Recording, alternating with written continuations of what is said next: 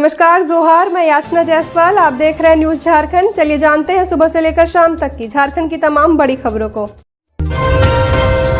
JSSC ने निकाला inter स्तरीय परीक्षा का विज्ञापन। 863 पदों पर होगी नियुक्ति। 20 अक्टूबर से 19 नवंबर तक ऑनलाइन आवेदन। झारखंड कर्मचारी चयन आयोग ने झारखंड इंटरमीडिएट स्तर संयुक्त प्रतियोगिता परीक्षा 2023 का विज्ञापन जारी किया है। इस विज्ञापन के जरिए नियमित और बैकलॉग दोनों तरह के पदों पर नियुक्ति होगी। इस विज्ञापन के लिए आवेदन की प्रक्रिया 20 अक्टूबर से शुरू हो रही है। आवेदन की अंतिम तिथि 19 नवंबर तक है। आवेदन ऑनलाइन करना होगा, जो झारखंड कर्मचारी चयन आयोग की वेबसाइट www.jssc.nic.in के माध्यम से होगी। कर्मचारी चयन आयोग की ओर से जारी नोटिफिकेशन के अनुसार 19 नवंबर तक आवेदन करने के बाद 22 नवंबर तक परीक्षा शुल्क भुगतान तथा फोटो एवं हस्ताक्षर अपलोड करते हुए एप्लीकेशन का प्रिंट आउट 25 नवंबर तक लिया जा सकेगा। आवेदन में किसी तरह की गलती रहने पर 27 से 29 नवंबर के बीच अभ्यर्थी अपना नाम, जन्मतिथि, ईमेल और मोबाइल नंबर को छोड़कर किसी भी तरह की गलतियों में संशोधन कर सकेंगे। परीक्षा शुल्क ऑनलाइन दिया जा सकेगा। परीक्षा शुल्क 100 रुपये है। आरक्षित श्रेणी के लिए यह 50 रुपये तय है। रांची में बोलेगा सचिन सहवाग का बल्ला, दिखेगी गेल की धाकड़ बैटिंग। जेएससीए में होगा लीजेंड क्रिकेट लीग। झारखंड के क्रिकेट प्रेमियों के लिए अच्छी खबर है। क्रिकेट के दिग्गज खिलाड़ी रांची आ रहे हैं। दरअसल राजधानी के अंतर्राष्ट्रीय स्टेडियम जेएससीए को लीजेंड्स लीग की 5 मैचों का मेजबानी का मौका मिला है, जहां पहली बार क्रिकेट के भगवान सचिन तेंदुलकर से लेकर धाकड़ बल्लेबाज वीरेंद्र सहवाग, शाहिद अफरीदी, क्रिस गेल जैसे दिग्गज खिलाड़ी धुआंधार बल्लेबाजी करते दिखेंगे। तो वहीं सदी के तेज गेंदबाज इरफान पठान सहित सैकड़ों अंतर्राष्ट्रीय खिलाड़ी खेलते नजर आएंगे। लीग की शुरुआत 18 नवंबर से होगी, जो कि 9 दिसंबर तक चलेगी। बता दें कि लीजेंड्स लीग देश के 5 शहरों में आयोजित होंगे, जिसकी शुरुआत रांची से होगी। अन्य मुकाबले 4 शहर जम्मू, विशाखापट्टनम, देहरादून और सूरत में खेले जाएंगे। लीजेंड्स लीग का यह दूसरा सीजन है। इस लीग में कुल 19 मैच खेले जाएंगे, जिसमें रांची के जेएससीए को 5 मैच मिले हैं। जानकारी हो कि लीजेंड्स लीग का पहला सीजन कोलकाता के ईडन गार्डन से शुरू हुआ था, जिसमें टूर्नामेंट के 15 मुकाबले खेले गए थे। अन्य मुकाबले दिल्ली सहित देश के कुछ चर्चित शहरों में खेले गए थे। गुमला में करंट से महिला की मौत। जितिया उपवास कर आंगन की कर रही थी लिपाई। गुमला में करंट की चपेट में आने से एक महिला की मौत हो गई है। दरअसल महिला जितिया उपवास कर आंगन की लिपाई कर रही थी। बताया जा रहा है कि पालकोट थाना के काशीकोना गांव निवासी सुपेश्वरी देवी की करंट लगने से घटनास्थल पर मौत हो गई है। परिजनों द्वारा आनन फानन में उसे सदर अस्पताल गुमला लाया गया, जहां चिकित्सकों ने उसे मृत घोषित कर दिया। गुमला पुलिस को सूचना मिलने पर शव को कब्जे में कर पोस्टमार्टम कराकर परिजनों को सौंप दिया गया। घटना के संबंध में पति अर्जुन नगेसिया ने बताया कि जितिया का उपवास थी। उसके बाद उसने मुझे पानी लाने भेज दिया। फिर वह अपने घर की लिपाई करने लगी थी। इसी क्रम में कटे तार के संपर्क में आ गई, जिससे उसकी मौत हो गई। मानसून की हो रही है विदाई। दुर्गा पूजा तक राज्य के कई हिस्सों में बारिश की संभावना। आज भी कई इलाकों में बारिश संभव। राज्य में पिछले कुछ दिनों से भले ही तेज बारिश हुई हो, लेकिन अब धीरे धीरे मानसून की विदाई हो रही है। मानसून पूर्वी यूपी, पूर्वी मध्य प्रदेश, बिहार, झारखंड से अब वापस लौट रहा है। हालांकि आज शाम तक राज्य के कई हिस्सों में हल्के से मध्यम दर्जे की बारिश की संभावना है। आसमान में बादल छाए रहेंगे।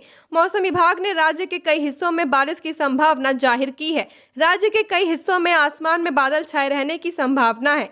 7 अक्टूबर को राज्य के दक्षिणी हिस्सों में गर्जन के साथ बारिश हो सकती है। 8 अक्टूबर को भी मौसम का मिजाज ऐसा ही रहेगा। मौसम विभाग के वैज्ञानिक अभिषेक आनंद ने बताया कि मानसून की वापसी इस वर्ष 2-3 दिन देरी से हो रही है। साइक्लोनिक सर्कुलेशन का असर पूरे राज्य में है, जिसके कारण 9 अक्टूबर तक विभिन्न हिस्सों में हल्के से मध्यम दर्जे की बारिश हो सकती है।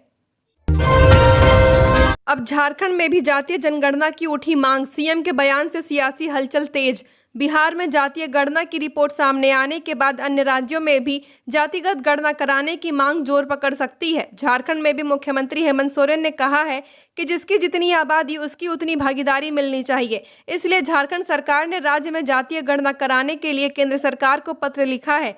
अगर झारखंड में जातीय गणना होती है तो कई सियासी दलों के लिए संकट पैदा हो सकता है, क्योंकि यहाँ जनजातियों की तुलना में ओबीसी की आबादी ज्यादा है। ऐसे में सियासत पर इसका सीधा असर पड़ सकता है। खासकर जनजातीय समुदाय के लिए एक बड़ा चैलेंज साबित होने वाला है। खबरों में आगे बढ़ने से पहले अगर आपने अभी तक इस चैनल को सब्सक्राइब नहीं किया है तो सब्सक्राइब कर ले, जिससे आपको झारखंड की हर छोटी बड़ी खबर के अपडेट मिलते रहे। तो चलिए बढ़ते हैं खबरों की ओर। किसानों के लिए खुशखबरी, इस दिन आएगी पीएम किसान की 15वीं किस्त। यह है लेटेस्ट अपडेट। प्रधानमंत्री किसान सम्मान निधि योजना का लाभ उठा रहे किसानों के लिए अच्छी खबर सामने आई है। दरअसल सरकार जल्द ही किसानों के खातों में पीएम किसान की 15वीं किस्त की राशि ट्रांसफर करेगी। बता दें कि अब तक किसानों को 14वीं किस्त की राशि यानी 2,000 रुपए प्रदान की जा चुकी है। अब किसानों को 15वीं किस्त का इंतजार है और सरकार ने भी किसानों के बैंक खाते में अगली किस्त भेजने की पूरी तैयारी कर ली है। मिली जानकारी के मुताबिक सरकार पीएम किसान की 15वीं किस्त नवंबर या दिवाली के महीने में डायरेक्ट बैंक खातों में भेजने वाली है। पीएम किसान 15वीं किस्त को लेकर पीएम मोदी सरकार के कुछ संकेत दिए हैं। मिली जानकारी के अनुसार सरकार 27 नवंबर 2023 या दिवाली पर पीएम किसान की 15वीं किस्त डायरेक्ट बेनिफिट ट्रांसफर के जरिए बैंक खाते में भेज सकती है। हालांकि सरकार द्वारा पीएम किसान की 15वीं किस्त को लेकर कोई आधिकारिक घोषणा नहीं की गई है। अधिक जानकारी के लिए आप प्रधानमंत्री सम्मान निधि योजना के बारे में आधिकारिक वेबसाइट www.pmkisan.gov.in पर भी देख सकते हैं। झारखंड में डायरिया का कहर, साहिबगंज में 3 की मौत, गुमला गिरिडीह में भी गई जान। अभी राज्य डेंगू के कहर से उभर ही रहा था कि एक और खतरे की घंटी बज गई है। दरअसल साहिबगंज के एक गांव में डायरिया से 3 लोगों की मौत हो गई है। मिली जानकारी के अनुसार बरहेट प्रखंड के कुसमा संथाली पंचायत स्थित मेटर टोला की पहाड़िया बस्ती में डायरिया फैल गया है। इससे बस्ती में अब तक आदिम जनजाति की 2 महिलाएं और एक पुरुष की मौत हो गई है। वहीं कई लोग इसकी चपेट में आ गए हैं। बता दें कि डायरिया से केवल साहिबगंज में ही नहीं बल्कि गुमला में भी एक महिला की मौत हुई है। डायरिया से मौत की खबर के बाद स्वास्थ्य विभाग में हड़कंप मच गया है। आनन फानन में स्वास्थ्य विभाग की टीम गांव पहुंची है। बता दें कि मरने वाले लोगों में पहाड़ी बोबे मैसा पहाड़िया और उसकी बहन सेमी पहाड़ी तथा अन्य परिवार की सुरजी पहाड़ी शामिल है। वहीं गांव में दर्जन भर से अधिक लोगों में डायरिया के लक्षण देखने को मिले हैं। डायरिया से मौत की खबर के बाद स्वास्थ्य विभाग में हड़कंप मच गया है। रांची एयरपोर्ट में 42 करोड़ से बनेगा नागर विमानन कॉम्प्लेक्स, कब से शुरू होगा काम? रांची के बिरसा मुंडा एयरपोर्ट रांची एयरपोर्ट में झारखंड का अपना नागर विमानन कॉम्प्लेक्स बनेगा। यह कॉम्प्लेक्स अत्याधुनिक सुविधाओं से लैस होगा। कॉम्प्लेक्स पूरी तरह से वातानुकूलित और इको फ्रेंडली ग्रीन बिल्डिंग होगा। इसमें सीसीटीवी, लिफ्ट, फायर अलार्म की सुविधा भी होगी। वर्तमान में नागर विमानन विभाग का कार्य एयरपोर्ट स्थित स्टेट हैंगर से संचालित किया जा रहा है। जानकारी के अनुसार कॉम्प्लेक्स G+ फर्स्ट फ्लोर का होगा, जो 3.15 एकड़ जमीन पर बनेगा। कॉम्प्लेक्स का निर्माण 42 करोड़ रुपए की लागत से किया जाएगा। इस कॉम्प्लेक्स में कुल 24 कक्ष होंगे। यहाँ मुख्यमंत्री, राज्य के मंत्री, प्रधान सचिव, मुख्यमंत्री के सलाहकार के लिए अलग अलग कक्ष होगा। वहीं एक कैफेटेरिया, बैठक करने के लिए हॉल, VIP लॉज आदि होंगे। कॉम्प्लेक्स बनाने के लिए निविदा निकाली गई है। नवंबर से निर्माण का काम शुरू हो जाएगा। झारखंड के सरकारी स्कूलों में 5वीं तक के शिक्षकों को मध्य विद्यालय में प्रोन्नति के लिए पास करना होगा JTET। राज्य के सरकारी स्कूलों में 1ली से 5वीं कक्षा तक के लिए नियुक्त शिक्षकों को मध्य विद्यालय के शिक्षक के पद पर प्रोन्नति के लिए झारखंड शिक्षक पात्रता परीक्षा JTET पास करना होगा।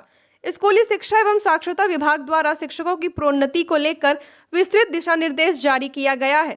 शिक्षा सचिव के रवि कुमार द्वारा जिलों को भेजे गए पत्र में कहा गया है कि वर्ष 2015-16 में इंटर प्रशिक्षित शिक्षक जो कक्षा 1 से 5 के लिए शिक्षक पात्रता परीक्षा पास हैं, उन्हें ग्रेड 4 में प्रोन्नति के लिए कक्षा 6 से 8 के शिक्षक पात्रता परीक्षा पास करना होगा। विभाग द्वारा शिक्षकों को भूतलक्षी प्रभाव से प्रोन्नति देने को लेकर भी निर्देश दिया गया है। शिक्षक को ग्रेड 4 व ग्रेड 7 में वैचारिक प्रोन्नति नहीं दी जाएगी। विद्यालयों में ग्रेड 4 में कार्यरत शिक्षक चाहे वह प्रोन्नति से आए हों या फिर सीधी नियुक्ति से, उनकी आपसी वरीयता उस पद पर योगदान की तिथि से निर्धारित होगी। हालांकि ग्रेड 3 में वर्ष 1998 के प्रभाव से अलग अलग वर्ष के लिए देय प्रोन्नति भूतलक्षी प्रभाव से दी जाएगी। विभाग के आदेश के बाद अब मध्य विद्यालय में प्रधानाध्यापक के रिक्त पदों पर शिक्षकों को प्रोन्नति मिलेगी। संगठन के 2 सहयोगी उग्रवादियों की गला रेत कर की गई हत्या, अब चढ़ा पुलिस के हत्थे। चाईबासा पुलिस ने PLFI संगठन के उग्रवादी जेम्स डुंगडुंग और हुलास होरो की हत्या में शामिल फरार उग्रवादी को गिरफ्तार किया है। गिरफ्तार उग्रवादी जोसेफ गुडिया उर्फ लादेन गुदड़ी थाना क्षेत्र स्थित काइन का रहने वाला है। इनके पास से एक बाइक बरामद किया गया है। गिरफ्तार उग्रवादी ने अपने कन्फेशन में PLFI के एरिया कमांडर सुजीत कुमार राम उर्फ साहू जी के द्वारा अपने 2 सहयोगियों का हत्या कर उनका शव को पतियार मंगरा दोलह नाला के पास दफनाने की बात स्वीकार की है। आरोपी लंबे समय में हत्या के मामले में फरार चल रहा था। पुलिस को सूचना मिली थी कि वह आनंदपुर एवं बानो थाना क्षेत्र के सीमावर्ती घाट बाजार में मोटरसाइकिल से घूम रहा है। इस सूचना पर छापेमारी दल ने घेराबंदी करते हुए उग्रवादी को गिरफ्तार किया। बता दें कि 31 अगस्त 2021 की रात नींद में सोते हुए जेम्स डुंगडुंग व हुलास होरो को धारदार हथियार से मारकर हत्या कर दी गई थी। हत्या के बाद दोनों शव को चटाई में लपेटकर उसी रात मंगरा डोह नाला में दफना दिया। सितंबर 2021 में पकड़े गए पीएलएफआई कमांडर सुजीत कुमार राम उर्फ साहू की निशानदेही पर दोनों का शव बरामद किया गया था। मृतक उग्रवादी पर 2.5 लाख रुपए के गबन का आरोप था। धनबाद में कार्यकर्ताओं ने किया विरोध। नाराज बन्ना गुप्ता ने 20 सूत्री प्रभारी पद से दिया इस्तीफा। झारखंड के स्वास्थ्य, चिकित्सक, शिक्षा एवं आपदा प्रबंधन मंत्री बन्ना गुप्ता ने शुक्रवार रात धनबाद जिला के प्रभारी 20 सूत्री मंत्री पद से इस्तीफा दे दिया। इसके अलावा उन्होंने कांग्रेस के धनबाद लोकसभा समन्वय समिति के प्रभारी पद से भी इस्तीफा दे दिया है। धनबाद में आयोजित समन्वय समिति की बैठक में उन्होंने इस आशय की घोषणा की और वहां से निकलकर रांची के लिए रवाना हो गए। इस दौरान पत्रकारों के पूछे जाने पर उन्होंने कहा, भाजपा से मिले हुए कांग्रेस के कुछ लोगों ने प्रायोजित तरीके से विरोध दर्ज किया। उनकी सक्रियता बढ़ने से कुछ लोग दुखी हैं, इसलिए वह इस्तीफा दे रहे हैं। गौरतलब है कि विभिन्न कार्यक्रमों में शामिल होने के लिए मंत्री बन्ना गुप्ता धनबाद पहुंचे थे। पूर्व निर्धारित कार्यक्रम के तहत शुक्रवार को कांग्रेस की धनबाद लोकसभा क्षेत्र समन्वय समिति की पहली बैठक थी। 6 घंटे के अधिक समय तक चली बैठक में कई बार आरोप प्रत्यारोप लगे। बोकारो और झरिया विधानसभा क्षेत्र के 2-3 नेताओं ने आरोप लगाया कि प्रभारी मंत्री कार्यकर्ताओं का फोन नहीं उठाते हैं, क्षेत्र में समय नहीं देते हैं, जनता का काम नहीं हो पा रहा है। इससे पहले दिन में जनसुनवाई के दौरान भी कांग्रेस के गोविंदपुर प्रखंड अध्यक्ष मनोज हाड़ी ने आरोप लगाया था कि कांग्रेस कार्यकर्ताओं को मान सम्मान नहीं दिया जा रहा है।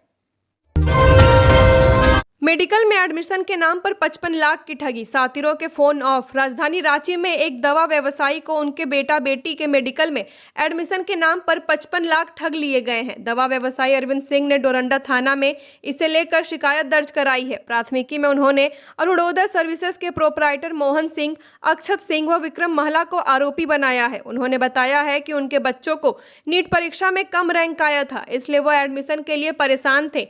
इसकी जानकारी अरुणोदय सर्विसेज को हो गई थी। इसके बाद कंपनी के विक्रम महला का फोन आया और बताया गया कि उनकी एजेंसी एडमिशन कराती है। वह अगर 67 लाख देंगे तो उनके दोनों बच्चों का एडमिशन हो जाएगा। उनसे बात करने पर उन्होंने कहा कि पुणे स्थित मेडिकल कॉलेज में NRI कोटा से दोनों बच्चों का एडमिशन करा दिया जाएगा।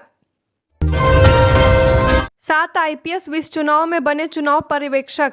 राज्य के 7 IPS अधिकारियों को देश के अलग अलग राज्यों में होने वाले विधानसभा चुनाव के लिए चुनाव पर्यवेक्षक बनाया गया है। ADG तदासा Mishra, Suman Gupta, SP rank के अधिकारी YS रमेश, शैलेंद्र कुमार वर्णवाल, धनंजय सिंह, कार्तिक S और मोहम्मद अर्सी को पर्यवेक्षक बनाया गया है। ये अधिकारी मध्य प्रदेश, छत्तीसगढ़, राजस्थान, मिजोरम और तेलंगाना में चुनाव कार्यों में शामिल होंगे। शुक्रवार को इन अधिकारियों को नई दिल्ली में चुनाव कार्यों की ब्रीफिंग कर दी गई है। इन राज्यों में आचार संहिता लगाए जाने के बाद ये चुनाव कार्य संपन्न होने तक योगदान देंगे।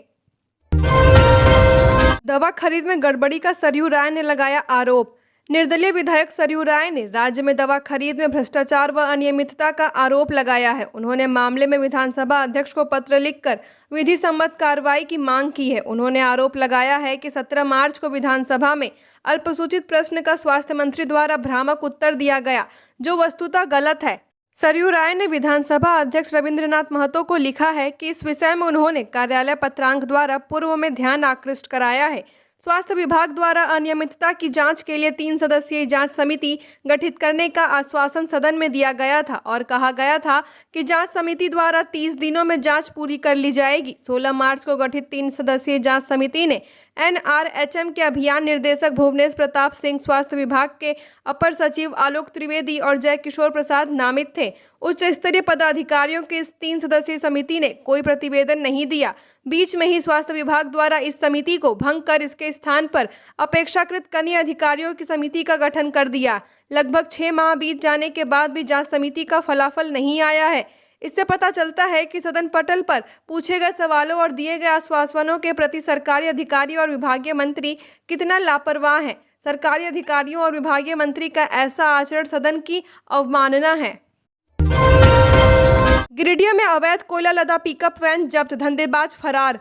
गिरिडीह पंचबा थाना पुलिस ने अवैध कोयला लदा एक पिकअप वैन को देर रात छापेमारी कर जब्त किया है। उक्त आशय की जानकारी डीएसपी मुख्यालय संजय राणा ने दी है। उन्होंने बताया कि बीती रात को गुप्त सूचना मिली, सीसीएल कोलियारी इलाके से अवैध रूप से कोयले की चोरी कर पिकअप वैन के जरिए तस्करी के लिए पंचबा होते हुए ले जाया जा रहा है। इसी सूचना के बाद पंचबा थाना पुलिस ने थाना क्षेत्र के सुंदरटान में छापेमारी कर पिकअप वैन को जब्त कर लिया। बताया कि इस मामले में धंधेबाज के खिलाफ प्राथमिकी दर्ज की जा रही है। यहां बता दें कि सीसीएल कोलियारी इलाके से हर दिन कोयले की चोरी की जा रही है। इसके पीछे कई कोयला तस्कर शामिल हैं, जो रात के अंधेरे में कोयला की तस्करी करते हैं। दुर्गा पूजा में मौज मस्ती के लिए नहीं थे पैसे, इसलिए डिलीवरी बॉय को लूटा। दुमका जिले में सरैयाहाट थाना क्षेत्र के जियाजोर गांव में 2 दिन पहले डिलीवरी बॉय के साथ लूटपाट की घटना को अंजाम दिया गया था। उस लूटपाट की घटना का खुलासा पुलिस ने कर दिया है। दरअसल जिस नितेश कुमार का मोबाइल डिलीवरी देने के लिए कुरियर बॉय आया था, उसी नितेश ने घटना को अंजाम दिया। 5 दोस्तों ने दुर्गा पूजा का खर्चा निकालने के लिए इस घटना को अंजाम दिया था। इसमें एक आरोपी मुकेश को पुलिस ने गिरफ्तार किया है। सरैयाहाट थाना क्षेत्र के जियाजोर गांव में 4 अक्टूबर को डिलीवरी बॉय सत्यम राउत सामान देने पहुंचा था। तभी उससे 4 नकाबपोश अपराधियों ने एक 33,000 रुपए का नया मोबाइल फोन और लगभग 8,000 रुपए कैश छीन लिए, साथ ही अन्य सामान भी लूट लिया। इसी मामले में पुलिस ने एक युवक मुकेश कुमार को गिरफ्तार कर लिया है। आरोपी के पास से पुलिस ने कुरियर कंपनी का बैग, टैब कवर, एक स्मार्टफोन और कई अन्य सामान बरामद किए हैं। 67वीं राष्ट्रीय स्कूली कुश्ती प्रतियोगिता में आकांक्षा कुमारी ने जीता silver medal. School games federation of India द्वारा आयोजित 67वीं राष्ट्रीय स्कूली खेल 2023-24 के कुश्ती प्रतियोगिता में आकांक्षा कुमारी ने शानदार प्रदर्शन किया है। उसने राज्य को दूसरा रजत पदक दिलाया है। मध्य प्रदेश के विदिशा में आयोजित कुश्ती प्रतिस्पर्धा में आकांक्षा ने अंडर 14 बालिका के 42 किलोग्राम भार वर्ग में शानदार प्रदर्शन करते हुए फाइनल में स्थान पक्का किया। वहां उसने रजत पदक अपने नाम किया। आकांक्षा के रजत जीतने पर शिक्षा सचिव के रवि कुमार, राज्य परियोजना निर्देशक किरण कुमारी पासी, राज्य कार्यक्रम पदाधिकारी धीर सेन सोरेंग, झारखंड कुश्ती संघ के रजनीत सिंह, शारीरिक शिक्षा एवं खेलकूद कोषांग के एम मुदस्सर, समीर कुमार, उमेश दास, प्रभात रंजन तिवारी, विद्या कुमारी, मोहम्मद जावेद अंसारी, कलावती कुमारी, शंकर पाल, जगजीत सिंह, चंद्रदेव सिंह एवं जितेंद्र कच्छप सहित शिक्षा विभाग के पदाधिकारियों ने आकांक्षा एवं उनके कोच को बधाई एवं शुभकामनाएं दी हैं। जेल में ही बंद रहेंगे पीएलएफआई सुप्रीमो दिनेश गोप का खास प्रकाश साहू सहित 3 उग्रवादी। पीएलएफआई के सुप्रीमो दिनेश गोप के खास माने जाने वाले प्रकाश साहू सहित 3 उग्रवादी जेल में ही बंद रहेंगे।